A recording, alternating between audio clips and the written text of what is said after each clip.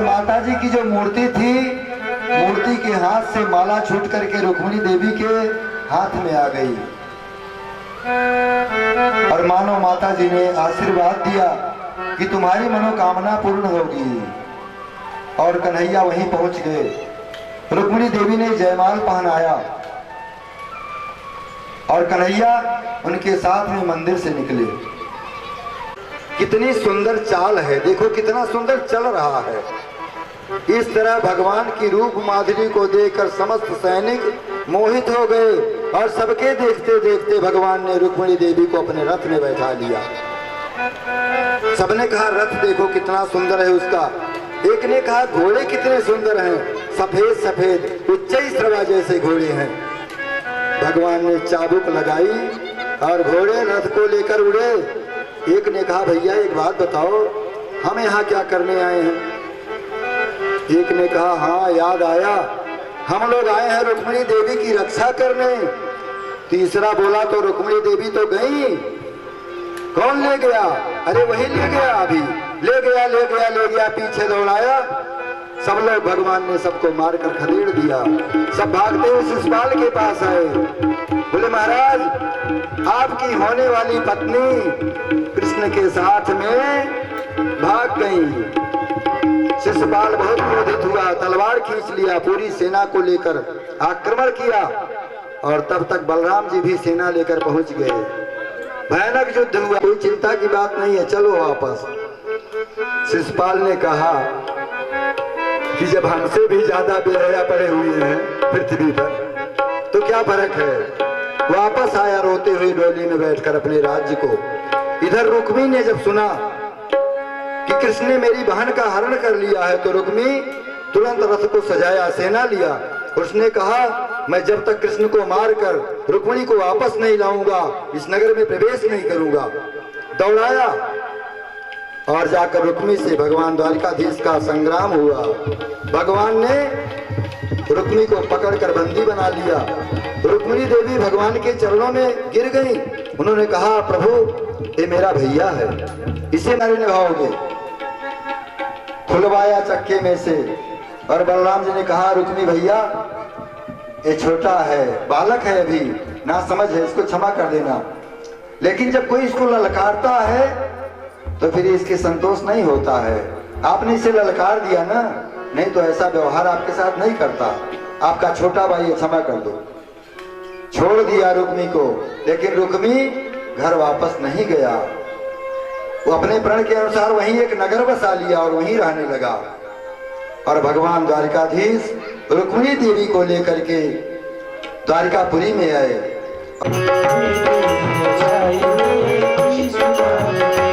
मैंने विधिया सजाई रे कृष्ण नाम की, मैंने विधिया सजाई रे कृष्ण नाम की।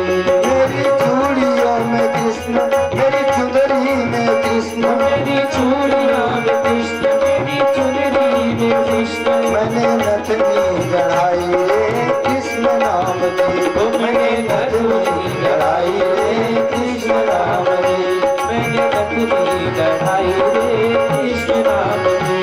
मेरे नैनों में दो फूल वृंदावन, मेरे नैनों में दो फूल वृंदावन, मेरे प्राणों में मोहन मन भावन, मेरे प्राणों में मोहन मन भावन। मेरे होठों पे कृष्ण, मेरे हृदय में कृष्ण, मेरे होठों में कृष्ण, मेरे हृदय में कृष्ण। मेरा प्रीतम है कृष्ण, मेरा जीवन है कृष्ण, मेरा प्रीतम है कृष्ण, मेरा जीवन है कृष्ण। मैंने माला बनाई रे कृष्ण नाम की, मैंने माला बनाई रे कृष्ण नाम की। मैंने मेहंदी रचाई रे कृष्ण नाम की, मैंने मेहंदी रचाई रे कृष्ण नाम की। श्री राधे। मेरे जजमान जी, पंडित जी कहाँ है? पंडित जी, पंडित जी जजमान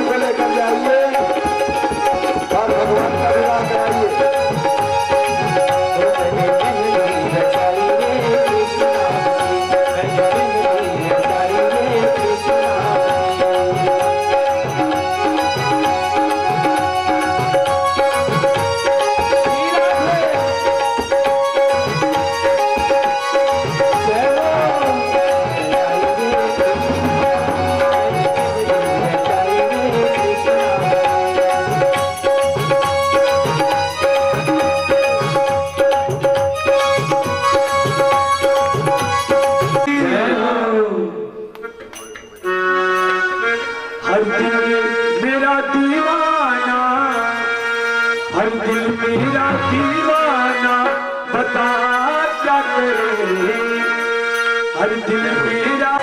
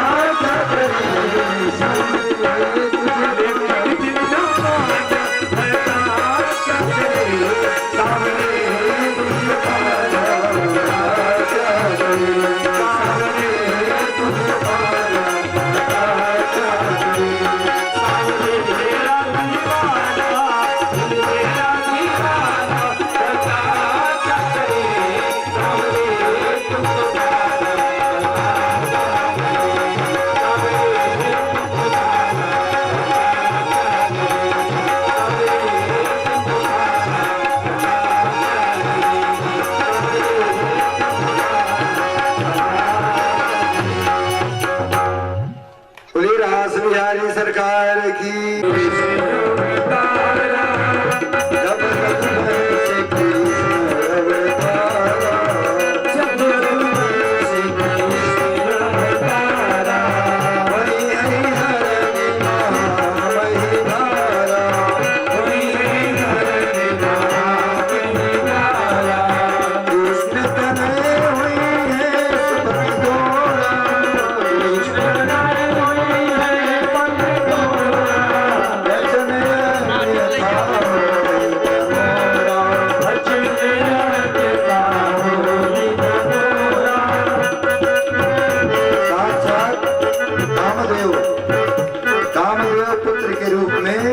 प्रद्युम्न के रूप में उत्पन्न हुए, जन्म लिए रुक्मिणी के गर्भ से।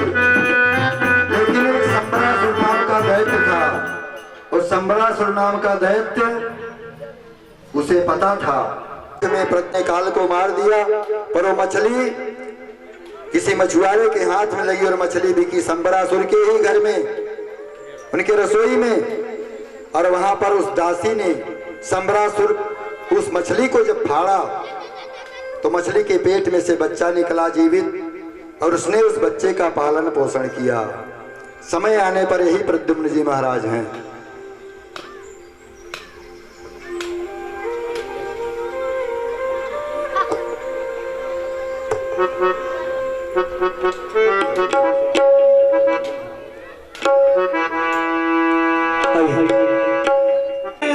दूल कनाई प्रभु नगरी में बाहर देखो आई, दूल कनाई प्रभु नगरी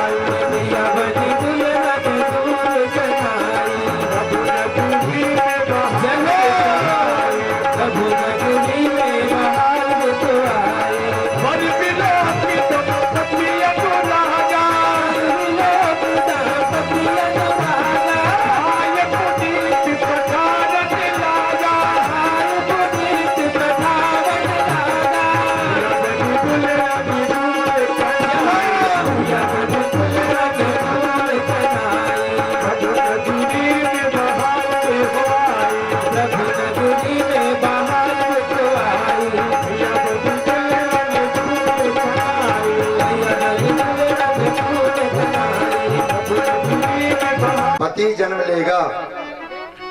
और आज वही प्रद्युम्न के रूप में कामदेव जन्म लिए हैं। और जो मायावती नाम की दासी है जो पालन पोषण कर रही है, वह कामदेव की पत्नी रति है। नारद जी ने आकर के रति से, मायावती बनी हुई रति से सब कुछ बताया।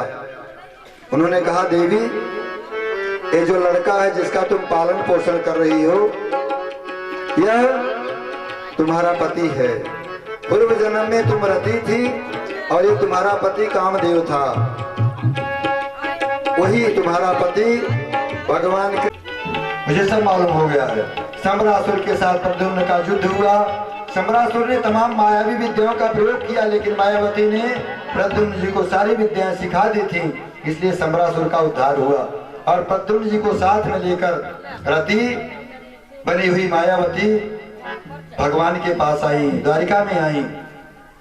रुक्मिणी जी ने देखा जब दूर से ही प्रद्युम्न को, उन्होंने कहा, मेरे बेटा जैसा है। मेरा बेटा जो 16 वर्ष पूर्व जिसका हरण कर लिया था राक्षस ने, हूबहू ऐसे था। भगवान ने, दूसरा नहीं है। सम्रासुर ने हरण किया था, उसका वध करके आपका बेटा वापस आ गया है। तो इस प्रकार से प्रद्युम्न जी द्वारिका में निवास करने लगे। इस बीच में जितना समय बीता, इस बीच में भगवान के 16,107 विवाह और हो गए। परीक्षित ने कहा, गुरुजी 16,107? सुखदेव जी ने कहा, हाँ, एक इसको लेकर के 16,108 भगवान के विवाह हैं। तो परीक्षित ने कहा, हमको समस्त विवाहों का वर्णन सुनाइए, मेरे द्वारिकाधीश के विवाहों का वर्णन करिए।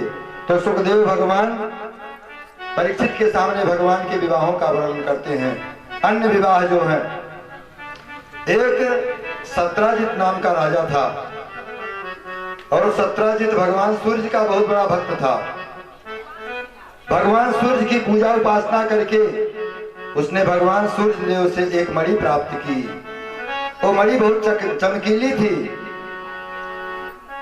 और उस मणि में यह गुण था। भगवान द्वारिकाधीश ने कहा, आप लोग घबराओ नहीं, वो सूर्य देव नहीं है, वो राजा सत्राजित हैं।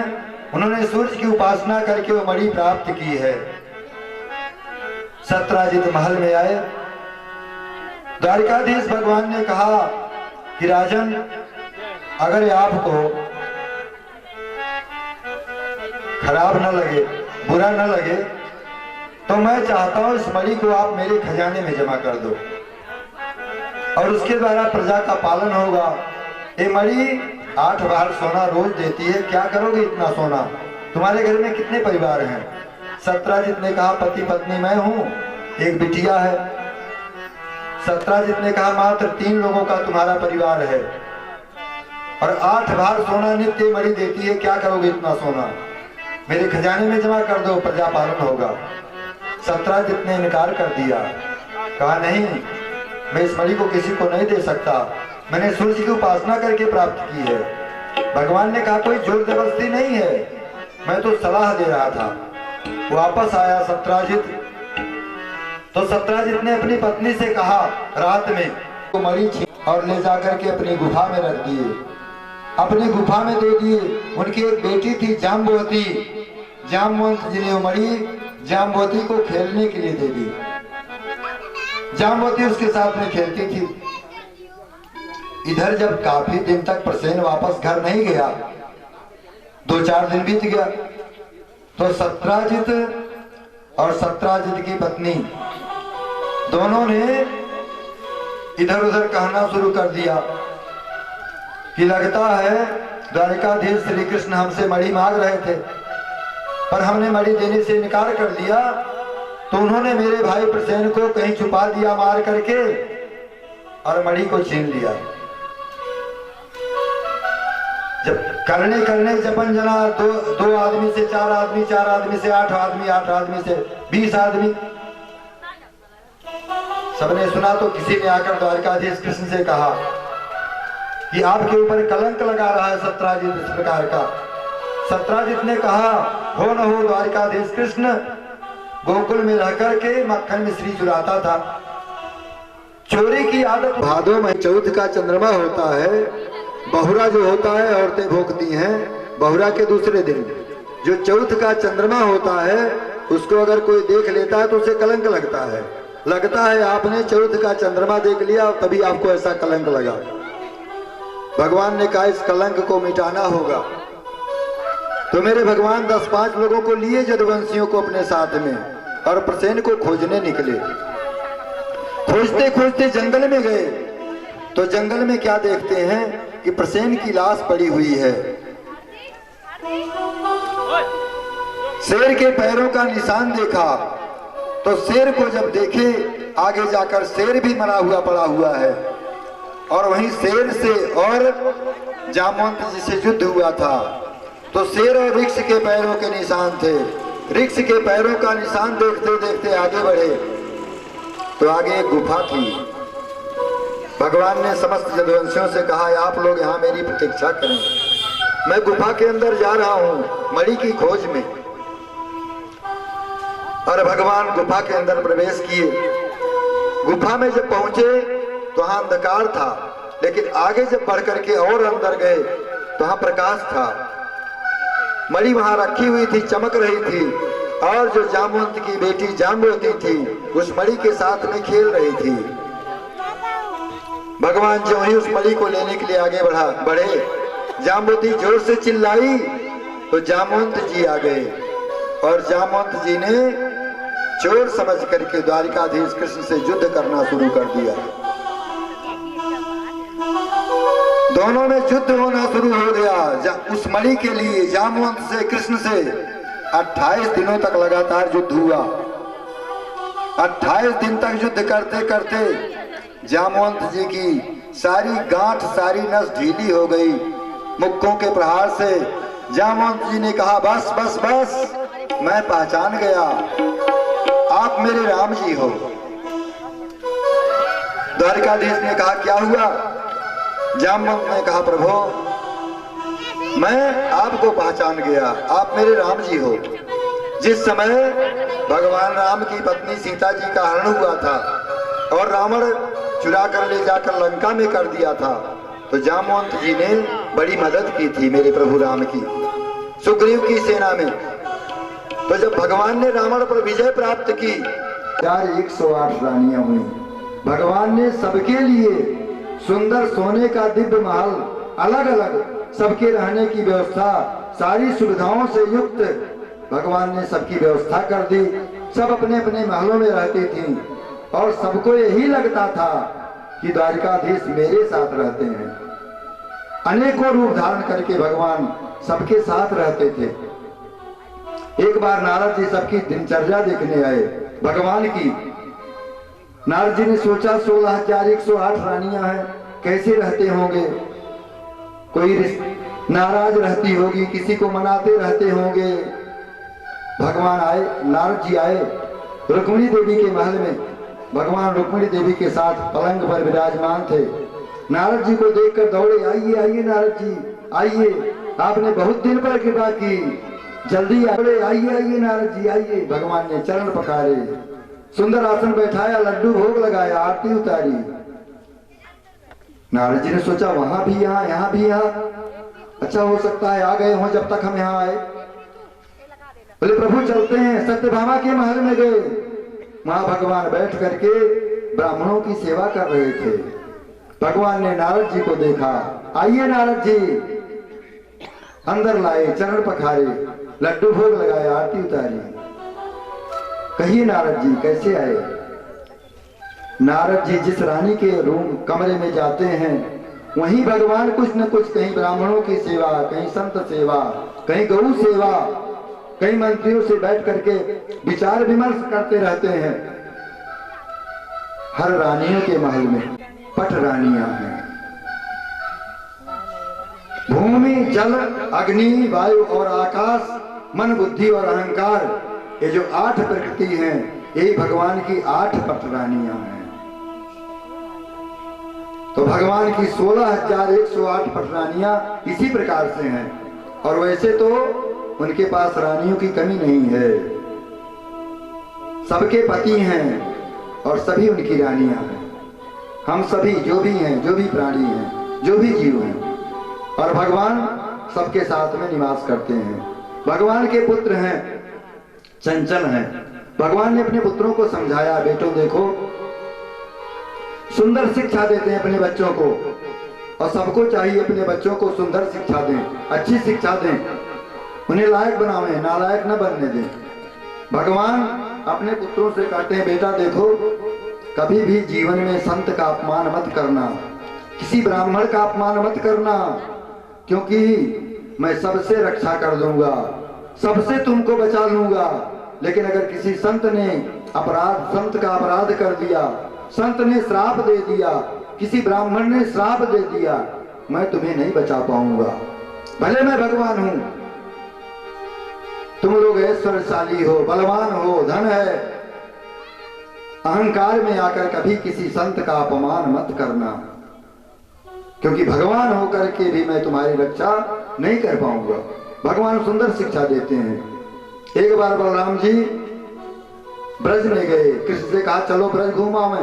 कृष्ण ने कहा नहीं, हम नहीं जाएंगे, आप जाओ। और ब्रज में गए, यमुना जी में स्नान किया और कुछ दिन तक गोप बालों के साथ में निवास किए। अब आगे की कथा हम आपको श्रवण कराएंगे कि भगवान जब पढ़ने गए गुरुकुल में संदीपनी ऋषि के आश्रम में, तो वहां उनकी मित्रता एक विप्र के साथ, एक ब्राह्मण पुत्र के साथ हुई जो बहुत तेजस्वी था, जिनका नाम था सुदामा। भगवान की मित्रता सुदामा से हुई, साथ साथ दोनों पढ़े हुए थे। सुदामा जी बहुत ज्ञानी थे, विद्वान थे। भगवान ने जब पढ़ाई पूर्ण की, चलने लगे, तो सुदामा से भगवान ने कहा, सुदामा द्वारिका आना। सुदामा ने कहा, प्रभु क्या आना, मैं तो जहां रहता हूं हमेशा आपके ध्यान में रहता हूं, आपके चिंतन में रहता हूं, मुझे तुम हर जगह दिखाई पड़ते हो कन्हैया।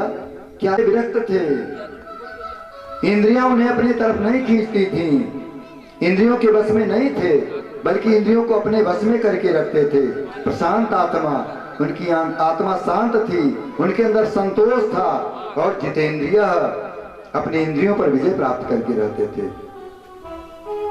जो भी उनको मिल जाता भगवान की कृपा से उसी से परिवार का पालन पोषण करते, लेकिन भीख नहीं मांगते थे। ब्राह्मण थे, पूजा पाठ कराते थे, कुछ मिल गया उसी से परिवार का पालन पोषण करते थे। और इनकी जो पत्नी थी उनके बारे में लिखा गया है कि तस्य भार्या कुशैलस्य सुक्षात्मा स तथा विधा। पति को निर्धन नहीं कहा गया, पति को गरीब नहीं कहा गया, लेकिन पत्नी को कहा गया तस्य भार्या कुशैलस्य सुक्षात्मा तथा विधा। उनकी पत्नी जो थी, जब बच्चे भूख से बिलबिलाते थे, भूख से रोते थे, 3-3, 4-4 दिन घर में चूल्हा नहीं जलता था, माता मुझे भोजन कराओ, तो क्या करती थी, नल का पानी लाकर पिला देती थी। कहती बेटा आज एकादशी है। सुदामा जपे कृष्ण कृष्ण जपे राम राम, कन्हैया से मिलने चले हैं सुदामा, कन्हैया से मिलने चले हैं सुदामा। जपे कृष्ण कृष्ण जपे राम राम, कृष्ण कृष्ण जपे राम राम, कन्हैया से मिलने चले हैं सुदामा, कन्हैया से मिलने चले हैं सुदामा। जपे कृष्ण कृष्ण जपे राम राम, जपे कृष्ण कृष्ण जपे राम राम। मेरे भगवन किसी को गरीबी न दे, मेरे भगवन किसी को गरीबी न दे, मौत मौत दे दे मगर बदनसीबी न दे। कन्हैया से मिलने चले हैं सुदामा, कन्हैया से मिलने चले हैं सुदामा। जपे कृष्ण कृष्ण जपे राम राम, जपे कृष्ण कृष्ण जपे राम राम।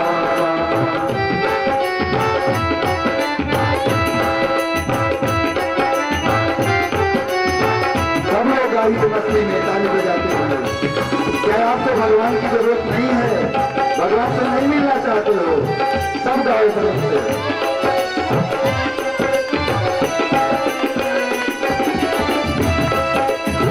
मिटाना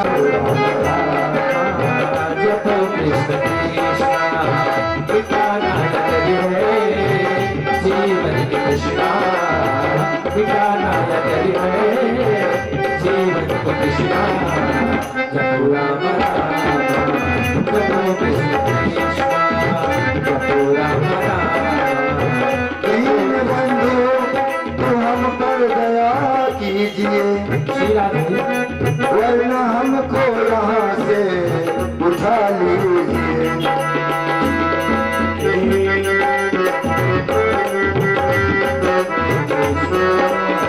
मेरे भगवान किसी को गरीबी न दे, मौत दे दे मगर बदनसीबी न दे।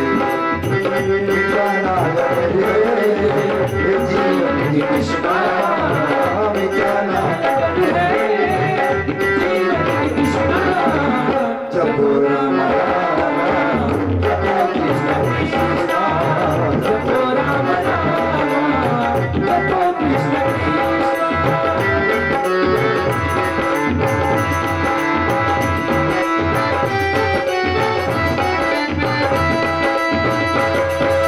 दूर नगरी बड़ी दूर नगरी, दूर नगरी बड़ी दूर नगरी।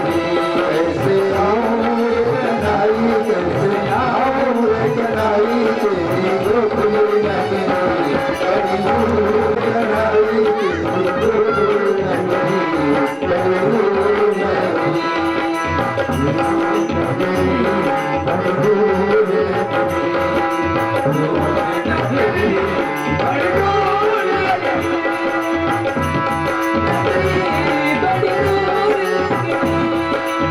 जमुना जल आओ कान्हा पायल मोरी बाजे, जमुना जल आओ कान्हा पायल मोरी बाजे, पायल मोरी बाजे कान्हा पायल मोरी बाजे, पायल मोरी बाजे कान्हा पायल मोरी बाजे।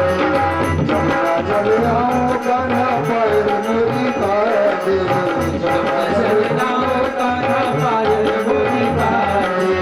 झपट चलो तो चलो जाए गगरी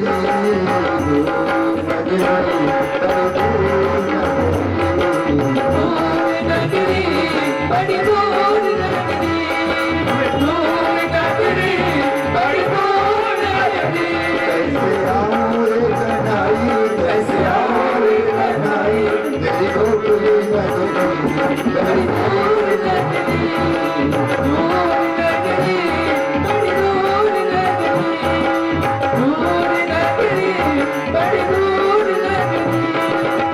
सखी संग आओ कान्हा लाज मोहि लागे, सखी संग आओ कान्हा लाज मोहि लागे, सखी संग आओ कान्हा लाज मोहि लागे, सखी संग आओ कान्हा लाज मोहि लागे।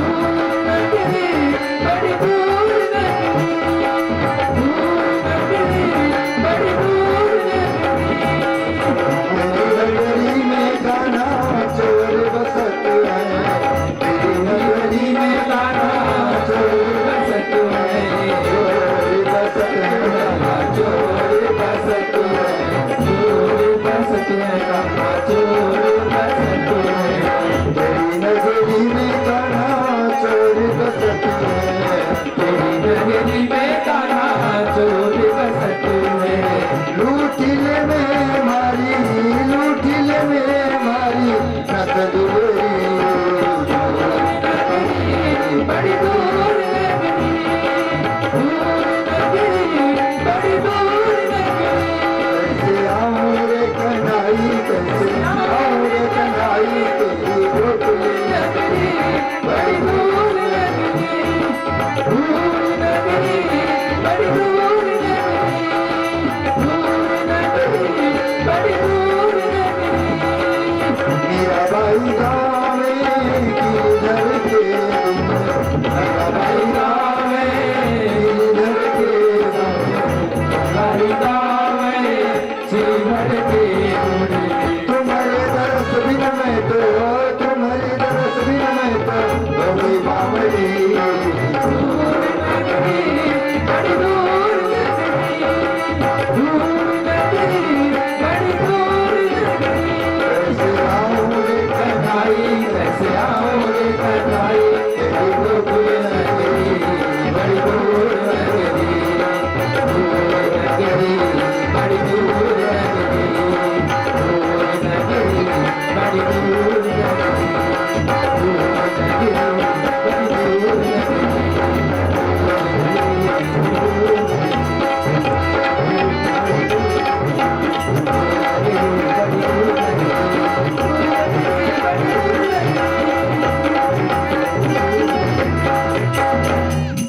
जाते जाते शाम हो गई, थक गए, रास्ते में एक नदी बढ़ गई। 7 बार गरज हो तो मुझे अपनी द्वारिका में बुलाओ, मैं तो यहीं सो रहा हूँ। सुदामा जी वहीं सो गए और मेरे कन्हैया ने रातों रात उन्हें द्वारिका में पहुंचा दिया। जब नींद खुली, सुदामा जी उठे तो देखते हैं सोने के महल, तमाम सोने के महल। किसी से पूछा, भैया द्वारिका कहाँ है?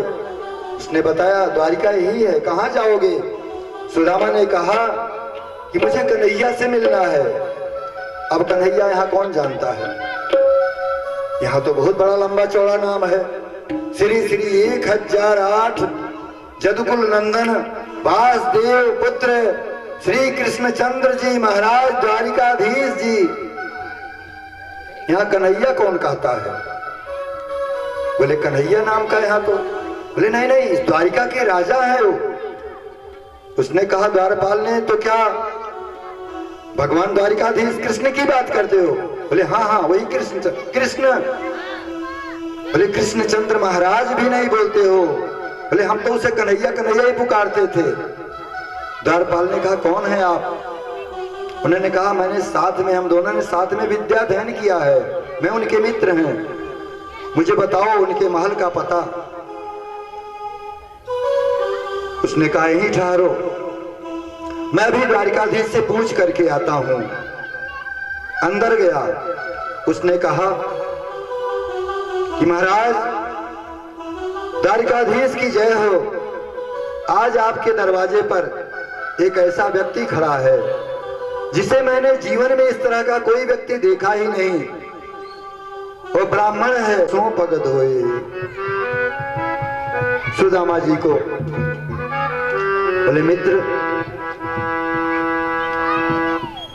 अभी ब्राह्मण गुरुकुला भवता लब्ध दक्षिणा समावृतेन धर्मज्ञ भार्योधा सदृशी नवा।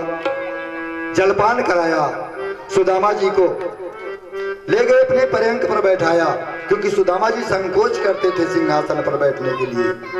तो जहां रुक्मिणी के साथ विहार करते थे उस पलंग पर ले जाकर सुदामा जी को बैठाया है, अंदर बढ़िया भोजन करवाया।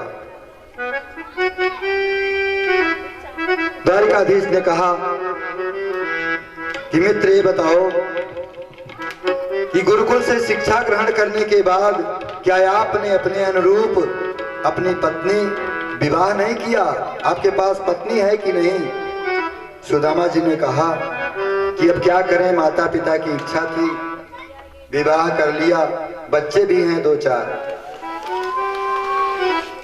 भगवान द्वारिकाधीश ने कहा मित्र अगर आपके घर में मेरी भाभी हैं तो भाभी ने हमारे लिए कुछ न कुछ जरूर दिया होगा। भाभी ने क्या मुझे कुछ नहीं दिया? सुदामा जी बड़े संकोच में हैं।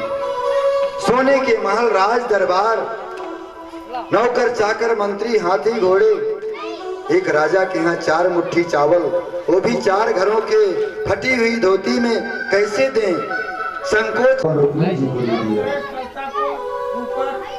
भगवान ने कहा मेरी भाभी ने अगर इतना बढ़िया प्रसाद भेजा है तो मेरे लिए कुछ संदेश दिया होगा। संदेश हमको सुनाओ मेरी भाभी का। और भगवान ने कहा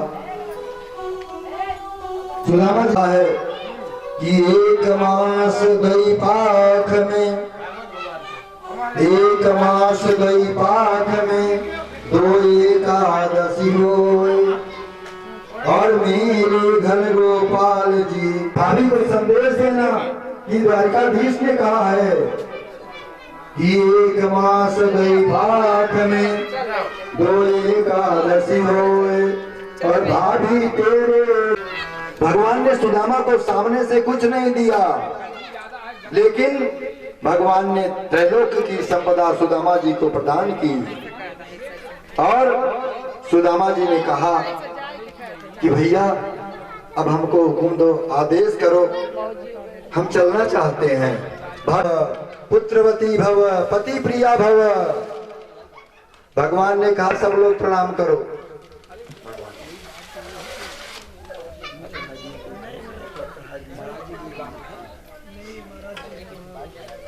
तो कहा पुत्र, भगवान ने कहा पति प्रिया भव, सौभाग्यवती भव, पुत्रवती भव। ऐसे ऐसे जब 5-7 लोग आई पटरानियां, सुदामा जी ने कहा कि कन्हैया ये सब कौन है? भगवान ने कहा सब अपनी है। सुदामा जी ने कहा लाला ये सब कौन है? पड़ोस की है कि घर की है? मेरे कन्हैया ने कहा सब अपनी है, गिनते जाओ। 500 रानियां आई, ऐसे आशीर्वाद देते गए, पति प्रिया भव, सौभाग्यवती भव, पुत्रवती भव। 500 रानियों को आशीर्वाद देते, ऐसे करते करते कन्हैया ने कहा गिनते जाओ। बोले नहीं अब नहीं गिन पाएंगे, तुम ही बता दो। सुदामा जी ने कहा सबके लिए इकट्ठे एक बार तुम आकर मुझसे प्रणाम कर लो और सबको इकट्ठे मैं आशीर्वाद दे दूं। मेरे हाथ दर्द करने लगे। तो भगवान द्वारकाधीश ने सुदामा जी से प्रणाम किया सबके लिए, और सुदामा जी ने सबको आशीर्वाद दिया। सुदामा जी चले, लेकिन प्रत्यक्ष में सामने में मेरे कन्हैया ने उन्हें कुछ नहीं दिया। बाहर तक पहुंचाने आए, बोले मित्र कुछ दिन रुकते तो अच्छा था। सुदामा ने कहा नहीं मित्र, बाद में आवेंगे, तेरी भाभी को भी लावेंगे। और सुदामा जी वहां से चले। सुदामा जी को भगवान ने सामने कुछ नहीं दिया। सुदामा जी ने कहा दूसरा व्यक्ति मुझ दरिद्र मुझ पापी को द्वारकाधीश ने अपने हृदय से लगाया, अपने आसन पर बैठाया, यही क्या कम है? हमको और क्या चाहिए? मेरे प्रभु ने मुझे अपने हृदय से लगाया, मुझे अपने हृदय में स्थान दिया, इतने मेरे लिए बहुत काफी है, मुझे धन की जरूरत नहीं है। सुदामा जी वापस आए, पर मेरे भगवान मिल जाए सच कहता हूँ मेरी, सच कहता हूँ मेरी, तकदीर बदल जाए क्षमा तेरे चरणों की, राधे तेरे जीवन की बस एक तमन्ना है, राधे मेरे जीवन की बस एक तमन्ना है। तुम सामने हो मेरे, तुम सामने हो मेरे।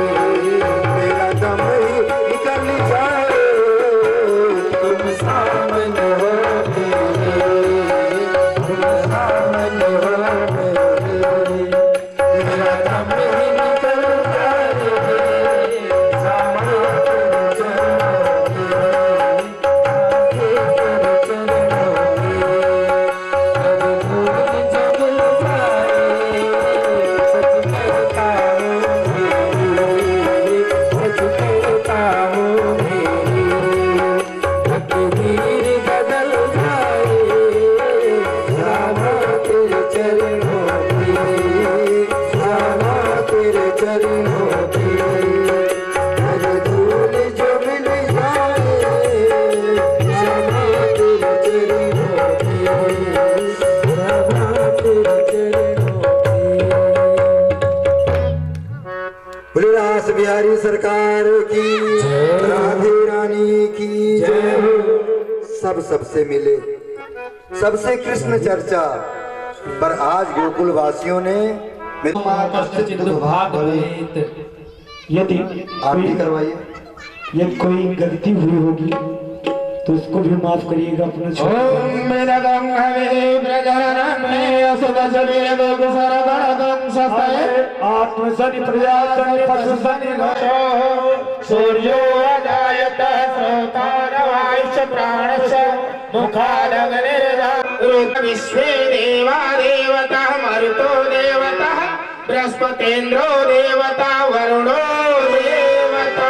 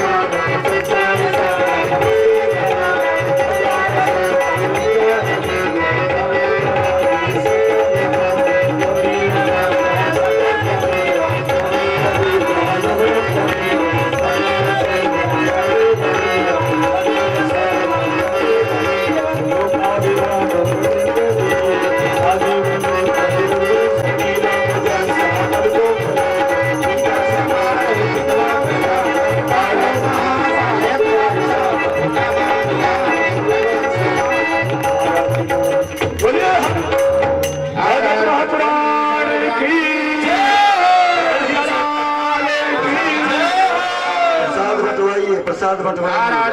समर्पयामि पुराण पुरुषोत्तमाय नमः व्यास देवाय नमः देवाभिनंदनम आत्मनिवेदनम जले शीतलीकरणम। पुरुषोत्तम भगवान की जय हो, समस्त देवताओं की जय हो, समस्त देवियों की जय हो, खैराटी गांव की जय हो, खैराटी गांव की जय हो, पूरे जनता जय हो, अवधाम की जय, सरजू मैया की जय हो, मथुरा धाम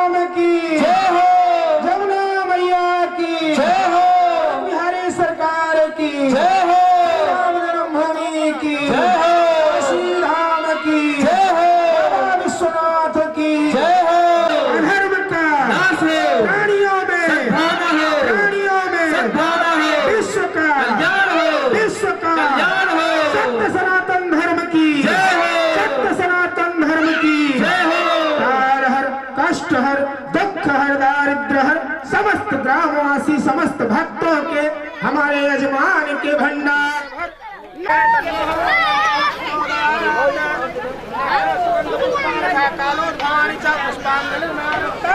ग्रहण परमेश्वर मंत्र पुष्पांजलि समर्पयामि श्री व्यासदेवाय नमः हरि ओम शांति शांति सर्वैश्वर्य सुशांति।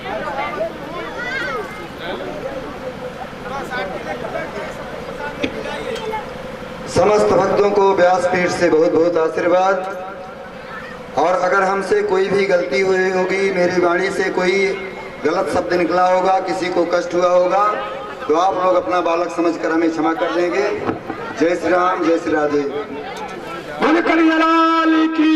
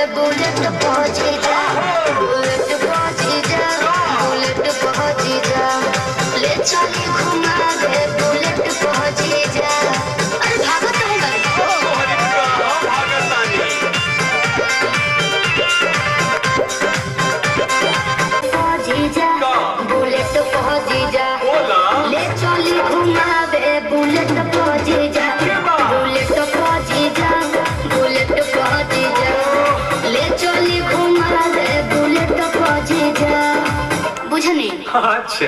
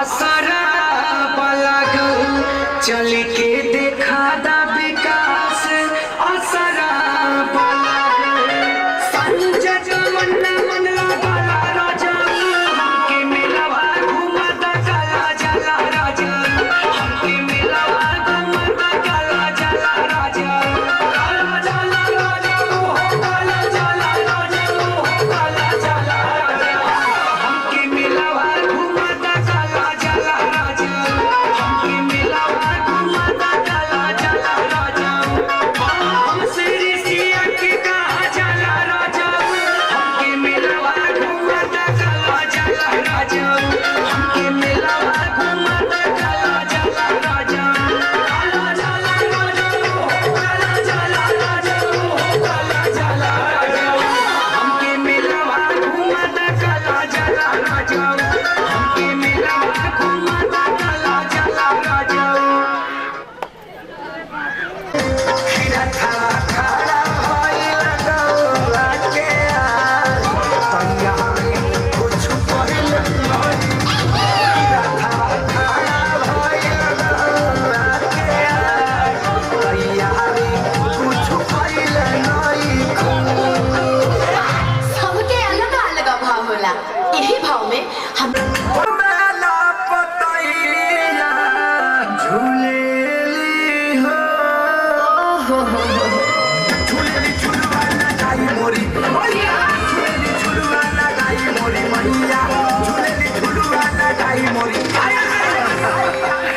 एगो बात बताओ ओ बड़ा से बोलो दारू जान तो बाड़ू जे का कला में खेला रहती सब जानता ने दिया ढक्कन गाई ऐसे ना चलता हूँ हैं? जाके बताओ पैसा लेने बाड़ू रहेगा थोड़ी ना सुनी होई दिया लगी ए पिया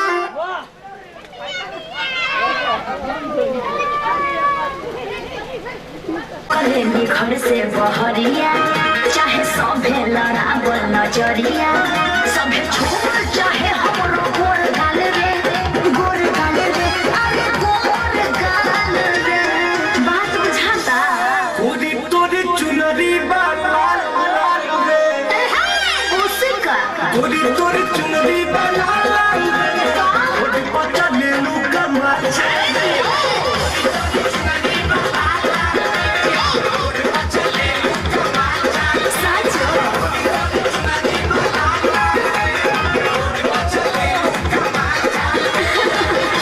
ऐसन बात बा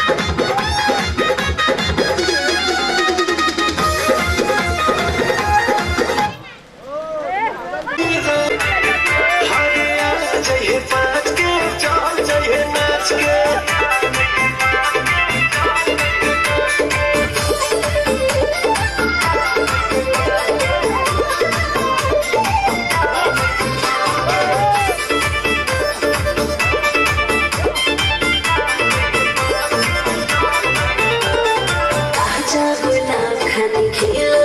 यही से पीछे तोरा पागल पवन बा अच्छा इस मेरे आंसू के भी कुछ मान